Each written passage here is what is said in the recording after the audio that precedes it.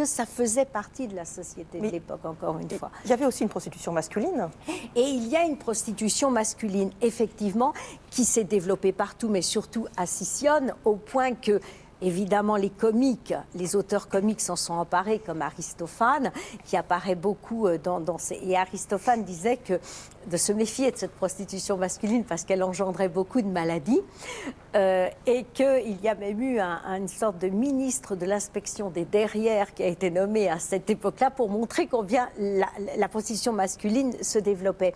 Alors, ce qui est drôle, curieux, c'est de voir que cette prostitution masculine s'est surtout développée dans les palestres et dans les thermes, où un professeur, on va dire, plus âgé que son élève, eh bien, enseignait à la fois le sport, mais aussi enseignait finalement tous les plaisirs de la vie à son élève, mais aussi beaucoup dans les cabinets de médecine.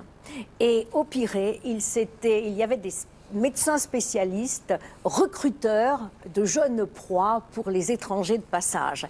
Et donc, l'endroit où la prostitution masculine s'est le plus développée, c'est finalement dans les lieux de sport et dans les lieux de médecine. Juste un mot sur les maladies qui sont quand même extrêmement fréquentes dans ce milieu-là, le milieu de la prostitution, toutes les maladies qu'on appelle des infections sexuellement transmissibles, et puis l'interdiction absolue de tomber enceinte. Elles avaient des breuvages particuliers.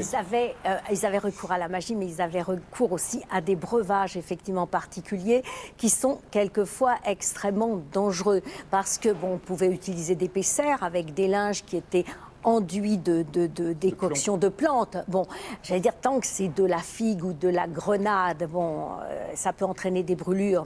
Mais quand on a recours à du cuivre, par exemple, ou à du nitrate, eh bien, évidemment, ça entraînait de gros dommages. Donc, des brûlures, beaucoup de dommages, effectivement, et beaucoup de maladies transmissibles, forcément. Merci beaucoup. La prostitution dans la Grèce antique, donc c'est dans la collection Large Vision de l'éditeur Encre Bleue. Merci beaucoup. Merci. Dans Allo Docteur aujourd'hui, on va voir que l'alimentation est importante pour vieillir en bonne santé. On verra